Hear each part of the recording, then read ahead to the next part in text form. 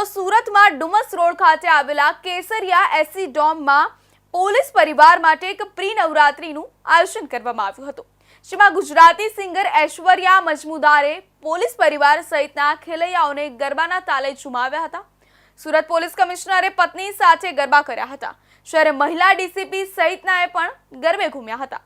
આ સાથે જ મહિલાઓની સુરક્ષા માટે ટ્રેડિશનલ ડ્રેસમાં સી ટીમ પણ હાજર રહી હતી। ડુમસ રોડ ખાતે આવેલા કેસરિયા એસી ડોમમાં પોલીસ પરિવાર માટે એક પ્રી નવરાત્રીમાં ઐશ્વર્યા મજમુદારની એન્ટ્રી થતાં જ હાજર સૌ કોઈ ખેલૈયાઓમાં જોશ આવી ગયા હતા।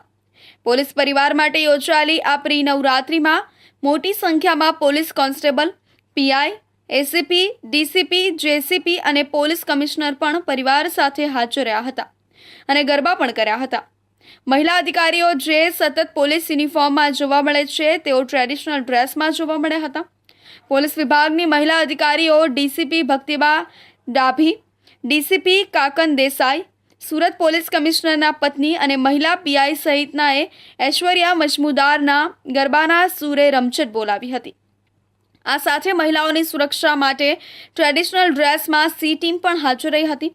આ સાથે કેટલાક કથિત ટપોરીઓને પકડી સુરક્ષાના પાઠ પણ ભણાવ્યા હતા। સુરત પોલીસ કમિશનર અનુપમસિંહ ગેહલોતે જણાવ્યું હતું કે 22 સપ્ટેમ્બરથી માં શક્તિના જે આરાધનાનો પર્વ આવી રહ્યા છે, ત્યારે સમગ્ર પોલીસ ટીમ બંદોબસ્તમાં તૈયારી કરી રહી છે, બંદોબસ્તમાં લાગી જવાના છે। શહેરમાં નાના મોટા 1000 જેટલા ગરબાના આયોજન છે, એ સારી રીતે થાય એની વ્યવસ્થામાં જોડાઈ જવાના છે। ત્યારે આજે જે એક આયોજન કરવામાં આવ્યું છે, જેમાં અમારા પોલીસ પરિવારના લોકોના નવરાત્રી પહેલા રાત્રિ બિફોર નવરાત્રી તરીકે ગરબાના આયોજન કરવાની એક તક મળી છે। આ બધો અમારો પોલીસ પરિવાર, અમારા કોન્સ્ટેબલ, અમારા જે પણ અધિકારીઓ છે, બધા લોકોના પરિવાર સાથે ગરબા રમી રહ્યા છે। વધુમાં જણાવ્યું હતું કે આવતીકાલથી બંદોબસ્તમાં લાગી જવાના છીએ। અમે બધાને અપીલ કરીએ છીએ કે આપ ગરબા રમો, ખૂબ સારી રીતે, ખૂબ એન્જોય કરો, પણ આપને અને આપના કોઈ મિત્રોને તકલીફ ન પડે તેનું ધ્યાન રાખજો।